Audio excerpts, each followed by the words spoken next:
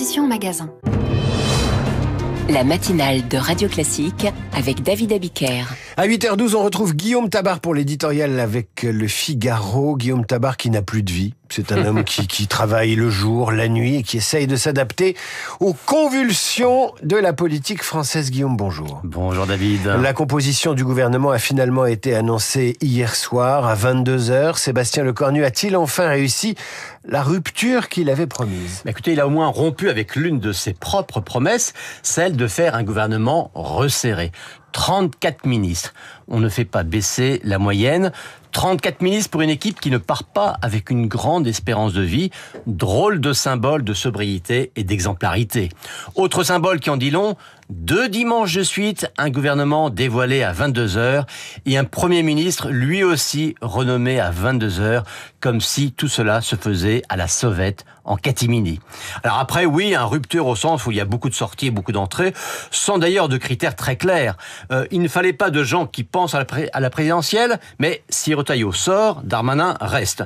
Beaucoup de figures encore peu connues de la société civile, ce qui rappelle la toute première équipe de 2017, mais pourquoi faire quand le seul objectif c'est de faire voter un budget et ces nouveaux inconnus auront-ils le temps de se faire connaître ? Alors justement, la composition de cette équipe peut-elle aider Sébastien Lecornu à tenir un peu de temps ? Eh bien écoutez, disons-le sans détour, la liste des 34 ministres n'a strictement aucune importance et aucune incidence sur la longévité de ce gouvernement Lecornu 2.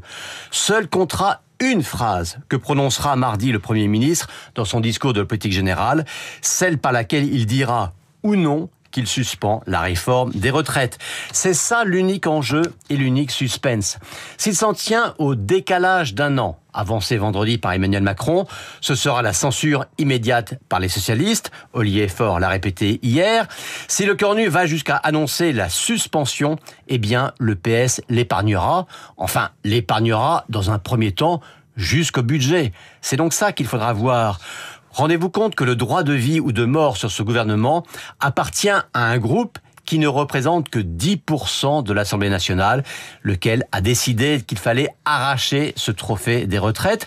Et on sent très fort quand même la tentation d'aller aussi loin que possible pour le satisfaire.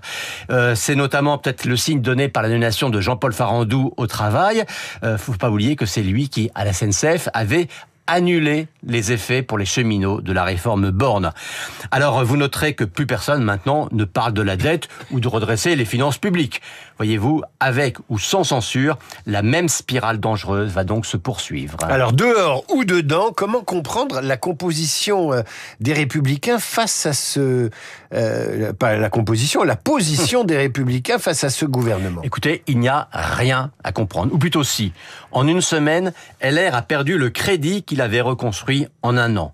Bruno Retailleau a eu une réaction de fébrilité la semaine dernière. Résultat, les Républicains quittent officiellement le gouvernement, mais les ministres LR sont plus nombreux qu'avant.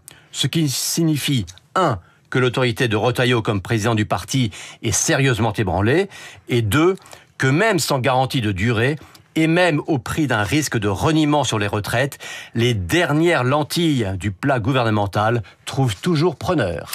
Guillaume Tabar et cette analogie, et cette métaphore biblique du plat de lentilles. À demain, Guillaume.